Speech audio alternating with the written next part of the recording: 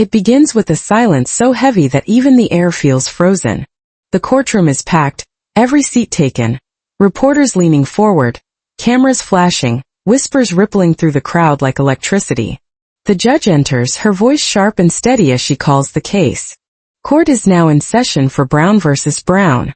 Cody Brown sits at the defendant's table, shifting uncomfortably. His jaw tightens, his eyes flick toward Robin, who refuses to look at him. In the gallery, Mary, Janelle, and Christine sit side by side, their faces stiff with anger and dread. Everyone senses something explosive is coming, but no one knows just how bad it will be. Then the courtroom doors open. A woman walks in slowly, clutching a folder against her chest.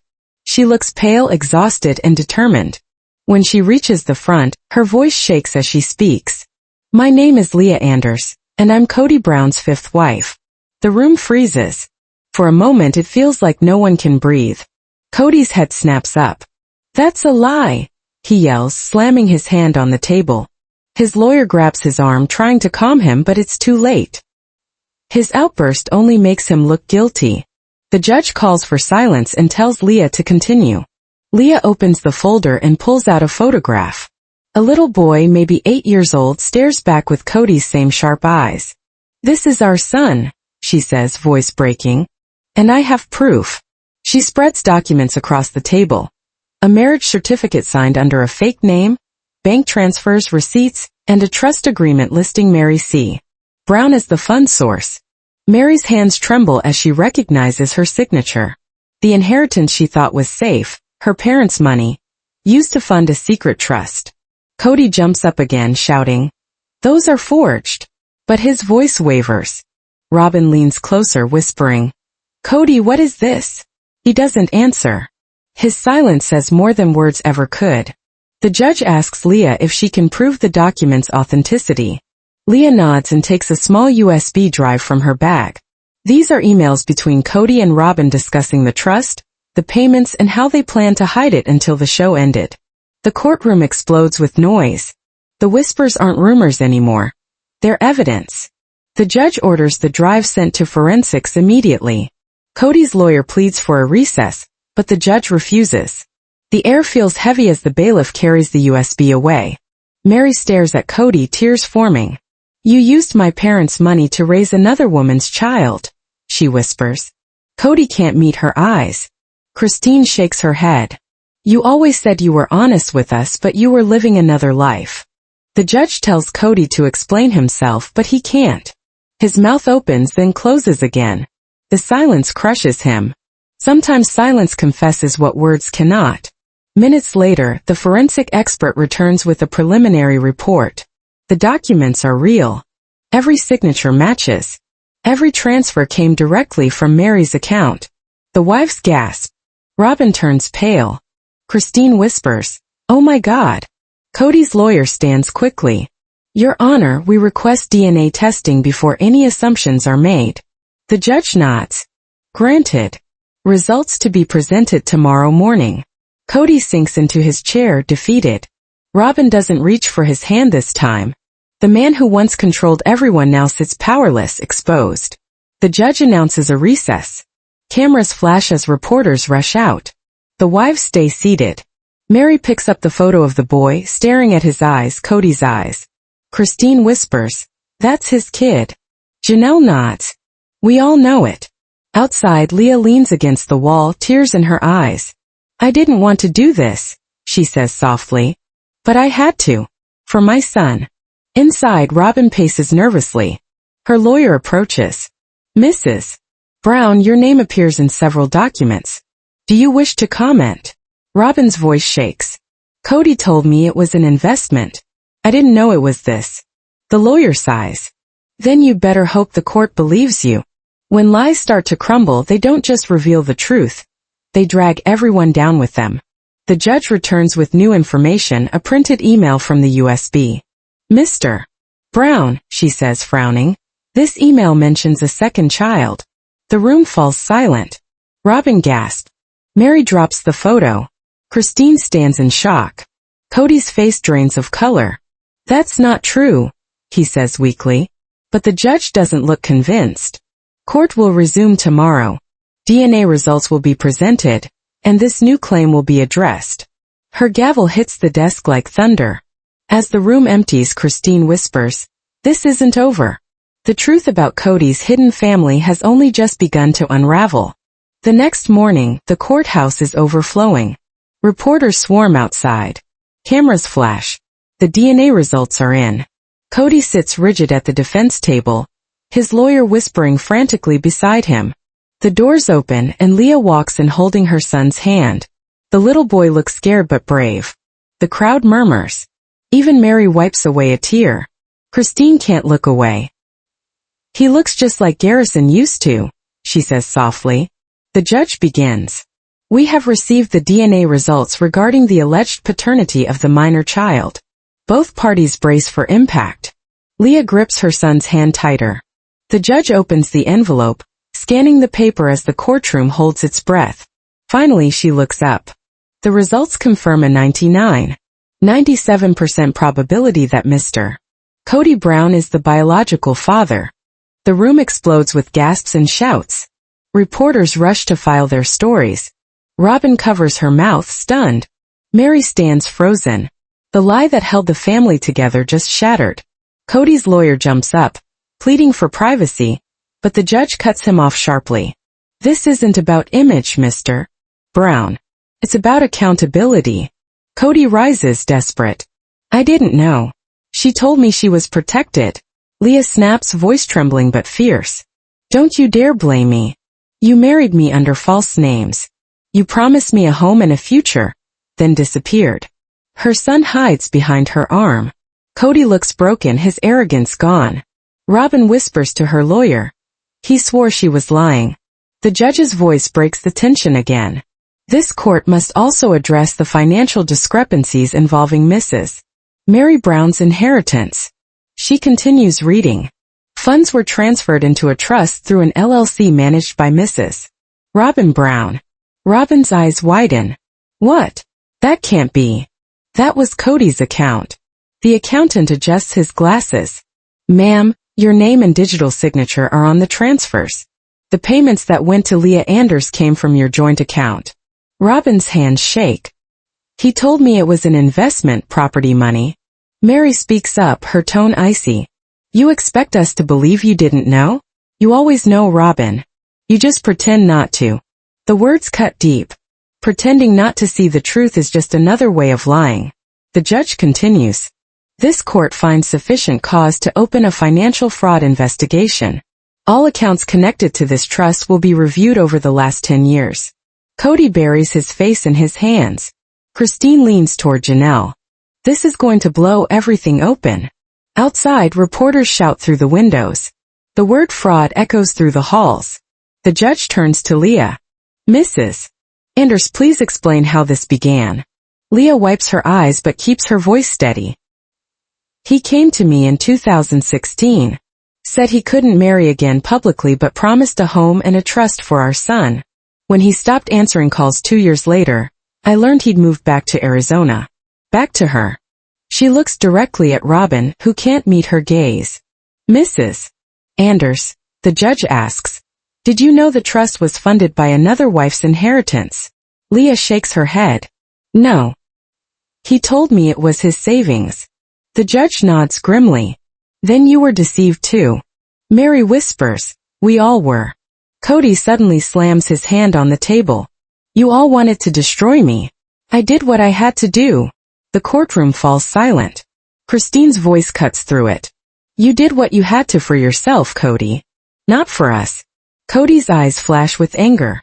Don't talk to me about family. You abandoned me. Janelle stands. No, Cody. You abandoned us when you built your kingdom with lies. The judge bangs her gavel. Order in the court. Leah turns to Mary. I swear I didn't know your inheritance was involved. Mary nods weakly. It's not your fault. 'Tis. The judge calls for a short recess. As the room clears, Mary stares at the trust papers in front of her. Christine leans close. Are you okay? Mary shakes her head. No. But maybe the truth needed to burn everything down. Outside, chaos erupts. Cameras swarm Leah and her son. Robin hides her face. Cody pushes through reporters shouting, "No comment." Inside, the wives sit together again. The shock has faded. What remains is pain. Christine mutters, "If there's a second child, this is just the beginning." Mary closes the folder. "Then we'll be here for the end."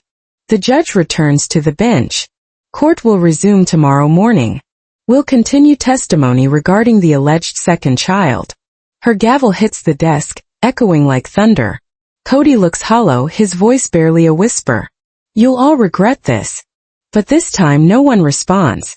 The next morning a storm brews over the courthouse. News vans fill the street. Headlines scream Cody Brown's secret family. Former fans, neighbors, even church members pack the steps to see the man who once preached family values face his own downfall. Cody walks in wearing a dark suit, eyes down. Robin follows silently, her face streaked with tears. Mary, Christine, and Janelle arrive separately, but end up sitting together again, not by choice but by shared heartbreak. The judge calls the session to order.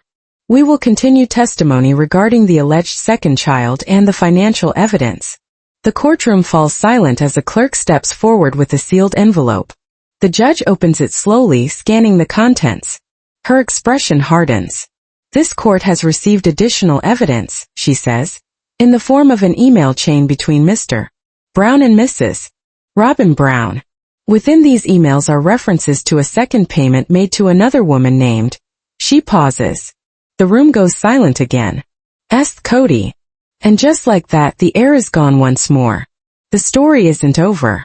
The truth is still unfolding, and the next revelation might destroy what little is left. The air in the courtroom feels thick, heavy with tension. Cody swallows hard, his face pale as his lawyer jumps to his feet. "Your Honor, we object to the presentation of these emails until their authenticity can be confirmed." But before he can finish, the judge cuts him off sharply. "That won't be necessary. The forensic team already verified them. These emails are legitimate." A collective gasp ripples through the room. Leah turns to Cody, her brow furrowed in disbelief. "Another woman?" she whispers. Robin's hands begin to tremble as she looks at her husband. "Cody, what is this?" But Cody doesn't answer. His eyes stay locked on the table in front of him, his jaw tight. Under his breath he mutters, "Don't." The truth never asks for permission. It just walks in, uninvited, and takes over everything. The judge clears her throat and begins to read from the evidence. Transfer to account ending in 4429. Subject line, "Keep this one quiet."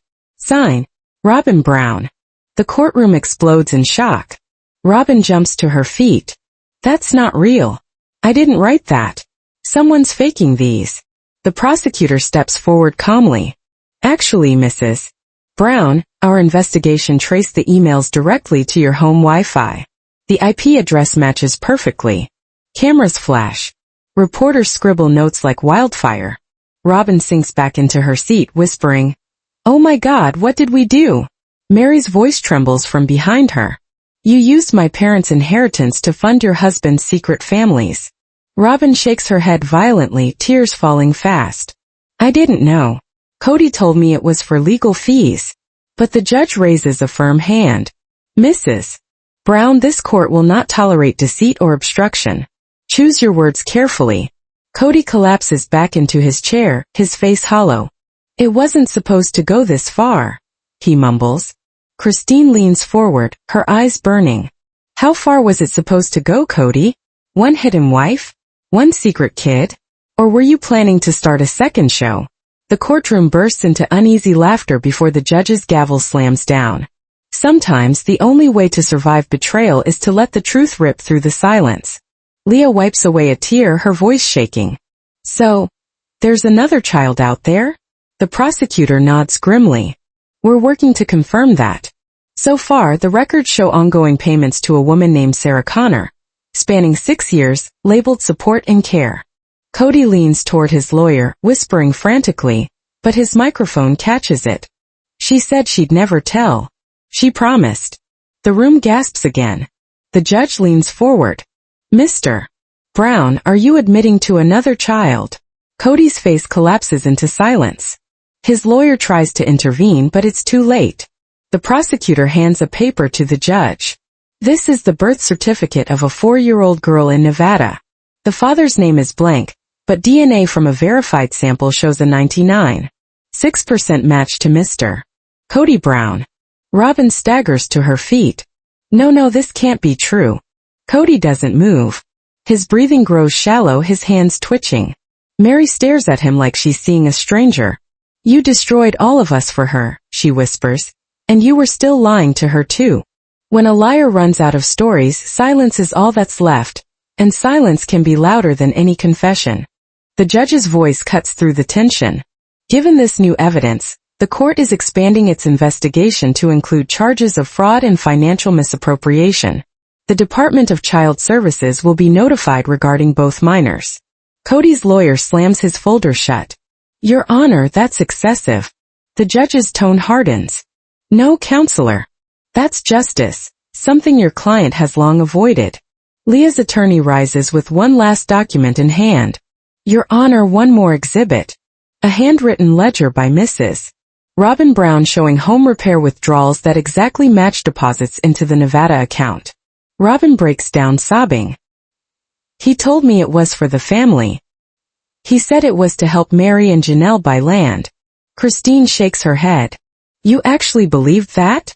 Robin cries harder. I wanted to. Belief can be powerful, but when it's built on lies, it becomes the rope that hangs you. The judge looks around the courtroom. We'll recess for 1 hour before I issue preliminary findings.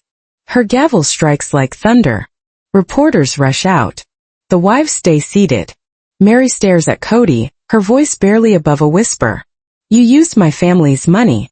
You betrayed every one of us. And for what? To build a lie so big even you couldn't keep up with it. Cody looks up slowly, his eyes glassy. I didn't mean to hurt you. Mary lets out a bitter laugh. You didn't mean not to. Betrayal isn't a single choice. It's every moment you decide to lie when the truth is still an option. When the break ends, the judge returns to deliver her ruling. Her tone is steady but her words hit like stones. After reviewing all evidence, this court finds cause to freeze all shared marital assets pending a full investigation. And Mrs. Brown must surrender every financial record within 48 hours. The Brown family trust will remain sealed. Cody's lawyer protests but the judge ignores him.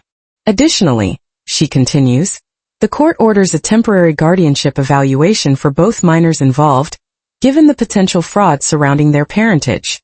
Leah gasps softly. Does that mean my son? The judge nods. He remains in your custody until a final ruling. Leah's eyes fill with tears. Thank you, she whispers. Cody turns toward her, desperate. Leah, please don't do this. She looks back, her expression broken but firm. You already did, Cody. Love doesn't die all at once. It bleeds out slowly, every time a truth gets buried. The gavel falls again. The court adjourns but no one moves. The silence feels like the end of something far bigger than a marriage. It feels like the death of a legacy. Robin clings to Cody's arm, whispering through her tears, What do we do now? He doesn't answer because even he knows, there's nothing left to save. Outside, rain lashes against the courthouse windows like the world itself is testifying. Inside, exhaustion hangs heavy in the air. Hours later, the court reconvenes one last time. The judge's voice is quieter now, but still sharp. We are here to finalize custody and fraud matters before forwarding this case for criminal review. Cody sits motionless, pale as ash. His lawyer mutters about appeals, but Cody doesn't hear him anymore. Robin sits beside him, mascara streaking down her face. Behind them, Mary, Janelle, and Christine remain still, a wall of grief and fury. Leah, at the far table, holds her son close, the only innocent in a room built on secrets. The story that began with love now ends in truth. And sometimes the truth isn't meant to set you free. It's meant to make sure you never forget what your lies cost you. Leah sits on one side of the courtroom, her son clinging to her hand tightly. The quiet before the storm feels heavier than the storm itself. The judge clears her throat. Before proceeding, the court will hear testimony from the accountant responsible for the Brown family trust. A man in his 60s approaches the stand, calm but visibly shaken by the attention. My name is George Malone, he begins. I've managed the family's trust accounts since 2013. The prosecutor asks, Mr. Malone, did you have direct authorization from Mrs. Mary Brown to move funds into the trust used to support Mrs. Anders' child? Malone shakes his head. No, ma'am. All authorizations came from Cody and Robin Brown. I was told Mrs. Brown had approved them verbally, but I never received written consent. The judge leans forward. So you knowingly moved inheritance money based solely on their word? Malone nods slowly. Yes. I trusted them. Trust once broken never rebuilds the same. It comes back smaller, cautious, scarred.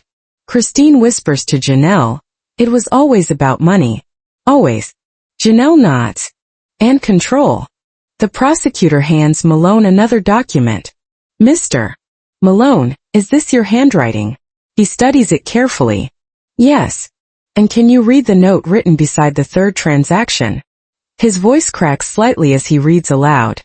Approved for second family expenses. Robin oversight. Gasps ripple through the courtroom. The judge's eyes narrow. So this wasn't just deception. It was deliberate. Cody suddenly jumps to his feet. That note doesn't mean what it looks like. It was a code for privacy. It had nothing to do with another family. The judge slams her gavel. Sit down, Mr. Brown. His face reddens, veins visible along his neck, hands gripping the table until his knuckles whiten. Robin bursts into tears again. Stop, Cody. Please stop. You're making it worse. He turns to her, his voice harsh. You started this. You signed the wires. The words strike her like a slap. She hides her face in her hands, sobbing. Every partnership built on secrets eventually turns into a war for survival. Leah looks away, unable to watch while her son whispers, Mommy, can we go home? She hugs him tightly. Soon, sweetheart. Soon. The judge calls for order. This court has heard enough. We will now move to closing statements. The prosecutor rises. Your Honor, this case isn't about polygamy or reality TV. It's about betrayal, deceit, and the misuse of funds belonging to innocent parties. Brown used his wife's money to sustain a secret life, hid behind fabricated LLCs, and manipulated trust agreements for his own benefit. We request full restitution of Mary Brown's inheritance, and that the matter be referred to federal financial authorities. The judge nods gravely. Duly noted. Cody's lawyer stands next, voice desperate. Your Honor, my client acknowledges mistakes, but this family has suffered enough. Public humiliation, career loss, fractured homes. What good will more punishment do? The judge doesn't respond immediately. She looks toward Mary. Mrs. Brown, you've remained quiet through most of this. Would you like to address the court before I issue my ruling? Mary stands slowly, her voice steady but filled with emotion. For years I believed loyalty meant silence. I thought keeping the family together was more important than protecting myself. But today I realize silence only protects the guilty. My inheritance was meant to build something for all of us, not fun secrets, not lies. You took everything good we built and turned it into a cover story for your own selfishness. You betrayed every woman who ever trusted you. I'm not angry anymore, Cody.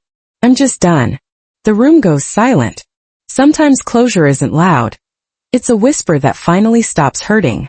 The judge exhales slowly. Thank you, Mrs. Brown. She begins her ruling.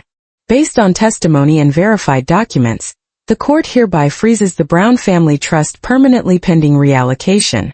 Mrs. Mary Brown's inheritance shall be restored in full, with interest. Additionally, a formal criminal inquiry will be opened regarding fraud and falsified accounts. Cody's lawyer tries to interrupt, but the gavel hits the desk. Sit down, counselor. The judge turns to Leah. Mrs. Anders, your son is recognized as a lawful beneficiary under the corrected trust. Custody remains with you. Brown is ordered to pay restitution and child support under Nevada jurisdiction. Leah bursts into tears. Thank you, Your Honor. Cody stands, voice cracking. You're ruining me. The judge glares. You ruined yourself, Mr. Brown. The moment you think you can't fall further is usually when the ground gives way completely. Robin clings to Cody's arm, crying, We can fix this. We can fix everything. He shakes her off. You can't fix what's already over, Robin. Christine whispers to Janelle. That's it. That's the end of him. Janelle nods. It's been over for a long time. The court just made it official. The judge rises. This court is adjourned. The gavel strikes like thunder. As people begin to file out, Mary walks past Cody without a word. Leah holds her son close, whispering that it's finally over. Christine glances back one last time. Cody sits alone, surrounded by empty chairs. A man who once had everything and now has nothing. Outside, rain continues to pour, but the air feels lighter, as though the storm has finally washed something toxic away. Justice doesn't always come fast, but when it does, it cleanses everything it touches. The next day dawns gray and tense. The courthouse parking lot is flooded with cameras and microphones. The nation is watching. Every headline reads the same. Cody Brown's secret family exposed. Trust fraud case explodes in court. Inside, the atmosphere is different. No more denial, no more pretending. Only the damage remains, and everyone waits to see who will survive it. Cody enters first, expression blank. Robin trails behind, sunglasses hiding her swollen eyes. Mary, Christine, and Janelle walk in separately but sit together again, not out of unity but shared exhaustion. Leah arrives last, holding her son's hand. He clings to her side, confused but brave. The judge clears her throat. This hearing will address the final financial disclosures and the forensic tracing of funds. The room holds its collective breath. When people build empires on lies, the collapse is never quiet. It roars, consuming everyone within reach. The court clerk begins reading a new report. Your Honor, forensic tracing confirms that $187,000 of inheritance funds were used for unauthorized trust activity tied to two separate accounts. External beneficiaries had been identified. One, Leah Anderson, and the second, a minor under the name Connor. Both trace back to accounts controlled by Cody and Robin Brown through a joint LLC. Robin's lips tremble. No, that can't be right, she whispers. The judge's gaze sharpens. Are you suggesting the court's findings are false? Robin shakes her head, tears streaming. I didn't know, Your Honor. He told me the accounts were for the family. He said Mary wanted to help. Mary finally speaks, her tone cold and unforgiving. You forged my name. Don't pretend I offered anything. Cody slams his palm on the table. Enough. You're twisting this. You all used me, every one of you. The judge's voice cuts through sharply. Mr. Brown, control yourself. A man who loses control rarely does so in a single moment. For Cody, it had been building for years. Christine leans forward, unable to hold back. We used you, Cody. You used us. You drained every ounce of trust we had left and called it faith. You said it was about family, but it was always about power. Cody glares at her, voice rising. You walked out first, Christine. You started this war. She laughs bitterly. I walked out because I finally saw who you were. The judge bangs her gavel. Enough. This is not a family argument. This is a federal fraud case. The room instantly quiets, even the press falling silent. Malone, the accountant, returns to the stand. Your Honor, evidence shows a transfer of $50,000 to a private account under Mrs. Robin Brown's maiden name, Sullivan. Robin jerks her head up. That was my emergency fund. He told me to keep it separate for the kids. The prosecutor holds up the document. Yet the same account shows outgoing payments labeled Connor Medical. Care to explain, Mrs. Brown? Her voice cracks. I don't know. Cody handled all that. I just signed what he told me. The judge frowns deeply. Mrs. Brown, your signature appears on all authorizations. You cannot defer accountability forever. Cody leans over, whispering sharply. Stop talking. Robin glares at him through tears. You did this to me. You promised it was safe. Loyalty built on fear is just another form of imprisonment. The judge calls forward the investigator. Your Honor, the digital trail confirms that Mrs.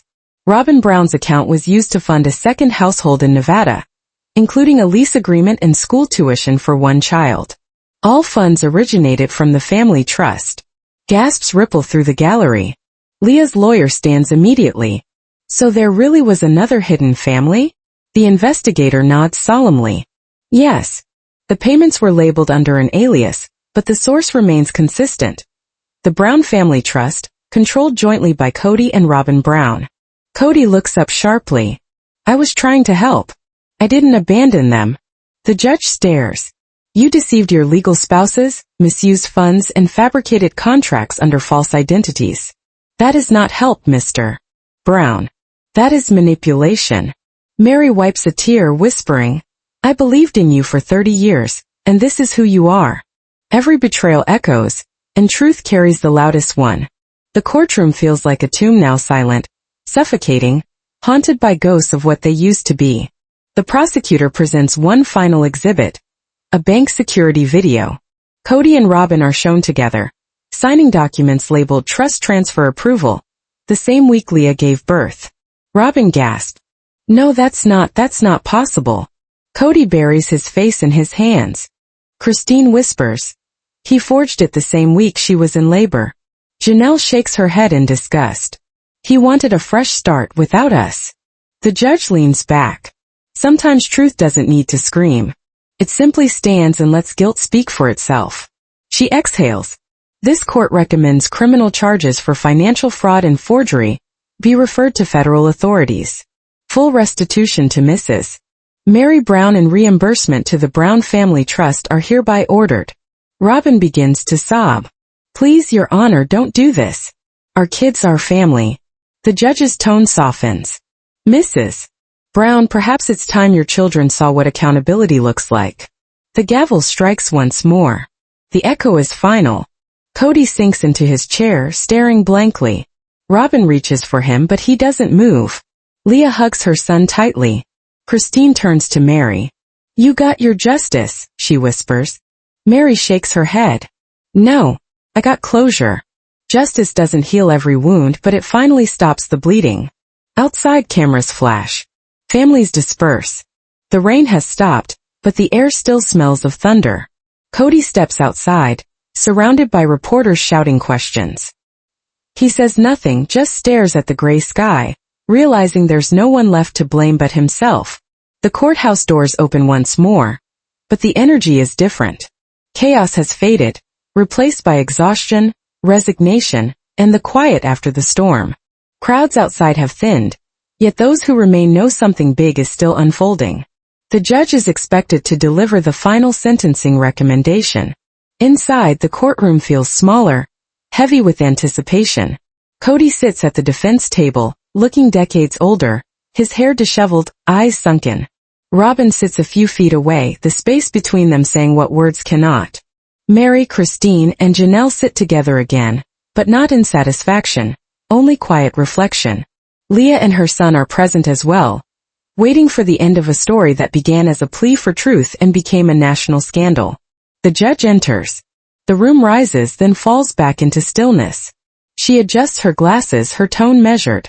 This court reconvenes for the final disposition of the case Brown v. Brown. After reviewing all evidence, testimony, and financial documentation, the findings are as follows. Every story has an ending, but some endings don't bring peace. They only reveal that peace was never real to begin with. The judge continues. Mr. Cody Brown knowingly engaged in fraud, misrepresentation, and identity concealment, resulting in financial harm to multiple parties. This court recommends referral to federal authorities for criminal prosecution. All assets held in the Brown Family Trust will be redistributed to the rightful parties. Cody Brown requests leniency, claiming remorse, but the judge cuts him off. Remorse after exposure is not remorse, it's merely reaction. Cody lowers his head as Robin begins to cry quietly, her hands trembling. The judge addresses Mary. Restitution of her inheritance is ordered in full, to be returned within 60 days. Mary nods silently, tears filling her eyes. Christine leans close. You did it, Mary. You finally got your life back. Mary shakes her head slowly. No, I just got the truth. Truth doesn't rebuild what lies destroyed, but it lets you finally stop pretending anything could be saved. The judge turns to Leah. Custody of her son is secured, with full recognition of paternity for record purposes. Cody will maintain no visitation rights until the child turns 16. Leah exhales in relief, whispering a quiet thank you, as her son hugs her tightly. Cody's lawyer rises again, pleading for consideration of his client's lack of criminal record, but the judge interrupts. Cody is also the architect of his own destruction. A collective silence falls, even the press lowering their cameras. The judge continues cold and steady. Cody's public platform does not grant him immunity. His actions, misusing trust funds, falsifying documents, and hiding relationships, are calculated deceit. Full cooperation with federal investigators is required, and all joint LLC control must be surrendered within 10 business days. Cody leans forward, voice breaking, claiming everything is being taken from him. The judge looks him in the eye. He took it from himself. Loss does not destroy a person, realizing you caused it does. Robin sobs softly, pleading with him to say something. Cody looks hollow, admitting he no longer knows what is true. Mary watches him crumble, pity but no forgiveness in her eyes. Christine whispers that he's finally breaking. Janelle responds that he broke long ago. They're only witnessing it now. The judge closes her folder. Court findings conclude. Sentencing will proceed after federal review. Until then, all financial and travel restrictions remain. The court is adjourned. The gavel strikes sharp and final. Cody stands slowly, each step heavy with the weight of all he's lost. Officers approach to escort him, and he turns once toward the women behind him. Mary meets his eyes for the first time in days. He tries to speak, but she shakes her head. Don't, she whispers. They are done speaking in lies. Robin collapses. Christine and Janelle exchange looks of bittersweet relief. Leah comforts her son. It's over, sweetheart. No more secrets. But as they prepare to leave, a court clerk rushes in with a thick folder from the TLC legal department. The judge frowns. A new offshore trust account, Brown Media Holdings, registered last week, has been discovered. Gasps fill the courtroom. Robin turns white. Cody freezes, color draining from his face. The judge pinches the bridge of her nose. The web continues. She warns Cody to start telling the truth before the truth finds him first. As she leaves the bench, Cody is escorted out. Reporters shout, cameras flash, but he says nothing. Mary, Christine, and Janelle follow, pausing at the courtroom doors. Christine murmurs, "It's over." Mary glances back. Not yet, but it will be. They step into the rain, the doors closing behind them, ending one of the most public family implosions in reality TV history. Every lie has an expiration date, and Cody Brown's just ran out. The courthouse empties, but no one truly goes home. Storm clouds gather over Flagstaff. Reporters linger, ready for one more moment, because everyone knows Cody Brown doesn't give up control without a fight. Across town, in a quiet rented motel room, Cody sits on the edge of the bed. Papers are scattered everywhere. Court documents, emails, bank statements. Robin paces behind him, clutching her phone. She pleads for a plan, but he does not answer. His eyes stay fixed on one document. Brown Media Holdings, registered March 2023, Cayman Islands. Even when the world closes in, some people think they can outsmart the truth. Robin kneels in front of him, demanding honesty. Cody admits it is business money, leftovers from the show, residuals owed by TLC. She stares at him, disbelief and heartbreak twisting her face. He insists he had to protect something. She slaps the paper against his chest. He protected himself, not anyone else. He turns away, gripping his hair. He claims Mary, Christine, and Janelle have been plotting against him for years. Robin's voice shakes. No, Cody, you destroyed yourself. Back at the courthouse, Mary sits with Christine and Janelle, quietly drinking coffee. The judge has unexpectedly called them back. A court clerk holds a sealed folder. Christine sighs. It's never truly over. He always has one more trick. Mary looks out the window, calm but wary. The bailiff opens the door. The judge wants all parties back in session immediately. Sometimes truth waits until you think you've escaped. Then it knocks one last time. 15 minutes later, Cody and Robin enter together, though there is no closeness left. The judge, weary but resolute, prepares to address the courtroom once more. The judge addresses the courtroom with a heavy presence. New disclosures have emerged regarding an offshore account connected to Brown Media Holdings. The documents reveal active financial transfers made within the last month. The prosecutor confirms at least 3 wire transfers totaling $420,000 to the Cayman account, authorized personally by Cody Brown. The judge's gaze locks on him. Cody stands, hands trembling. He claims the money belongs to him, revenue tied to his name, his face, his story. The judge sharpens her tone. He was ordered to freeze assets pending investigation, yet he moved nearly $500,000 offshore. Robin gasped. Cody turns toward her, insisting he was trying to save the family. Christine whispers to Mary, noting that he is only saving himself. Greed doesn't care who it hurts, only who is left to blame. The prosecutor presents an email retrieved from Cody's account, showing instructions sent to a financial advisor overseas with the subject line, "If the court gets everything, this stays hidden." Cody slams the table, claiming it's private correspondence. The judge pounds her gavel. It is evidence of concealment. Mary exhales slowly, tears welling again, realizing he still cannot stop lying. Robin collapses in her chair, whispering through tears, fearing prison. The judge warns her she must fully cooperate because her signature is on the wire transfers too. She covers her face, sobbing uncontrollably. Cody's lawyer leans in, advising him to stop talking. Cody protests, claiming he kept the family alive, that without him there would be nothing left. Christine stands, her voice shaking, declaring that nothing is left because of him. The judge orders silence. Effective immediately, both Cody and Robin Brown are referred to federal financial authorities for potential criminal charges of concealment and fraud. Marshals will escort them for questioning. Gasps fill the courtroom. Cameras flash. Robin cries harder, her body shaking. Cody stares straight ahead, expression empty, finally out of places to hide. Sometimes losing everything is the only way to truly see what you've become. Mary steps forward slowly, addressing Cody calmly. He could have told the truth years ago and saved them all, but he loved control more than family. Cody swallows hard, claiming he didn't mean to hurt her. Mary shakes her head. That's the lie he keeps telling himself. Officers take him by the arm. Robin pleads to speak to him one last time. The judge allows it. She rushes toward him, clutching his hand, reminding him that love built on lies ends in silence, not anger. They lead him away in handcuffs. The doors close, echoing like the last chapter of the story. Mary turns to Leah and her son. "You did the right thing," she says.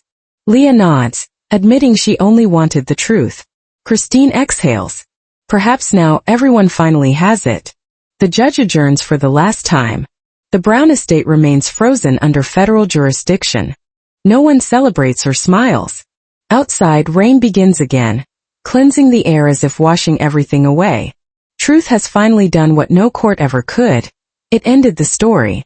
Mary walks down the courthouse steps, Christine and Janelle beside her, ignoring reporters. Robin stands alone, watching Cody's transport disappear into the gray horizon. She is no longer crying, only empty, realizing that what they built together was never love but survival disguised as devotion. Every empire built on deceit eventually burns, and the ashes never lie. 2 days later, the courthouse is quieter, colder. A long black van waits to take Cody Brown to federal custody. Inside, the courtroom is half-lit, almost empty, except for the people who lived this story. Cody walks in, plain gray suit, wrists cuffed. His eyes move toward the front row where Mary, Janelle, and Christine sit together, unmoving. Robin sits alone, no makeup, no mask. Leah and her son sit quietly farther back, holding hands. The judge enters and the bailiff calls for order. Cameras flash once, then everything falls silent. The judge begins. The court has heard enough lies and pain. Today it will conclude. Cody stands, voice trembling, claiming mistakes, but the judge interrupts. Mistakes end when you admit them. Cody kept lying. Even when mercy was offered by truth, he refused it. Undefined, the prosecutor steps forward. Undefined federal investigators confirm offshore transfers exceeding $1 million across multiple accounts tied to Brown Media Holdings. Undefined, Cody authorized each personally, and the funds came directly from the family trust. Undefined, Cody closes his eyes. Undefined, Robin whispers, "Oh my God." The judge continues, emphasizing that this was never just about greed. It was betrayal multiplied by everyone who loved and trusted him.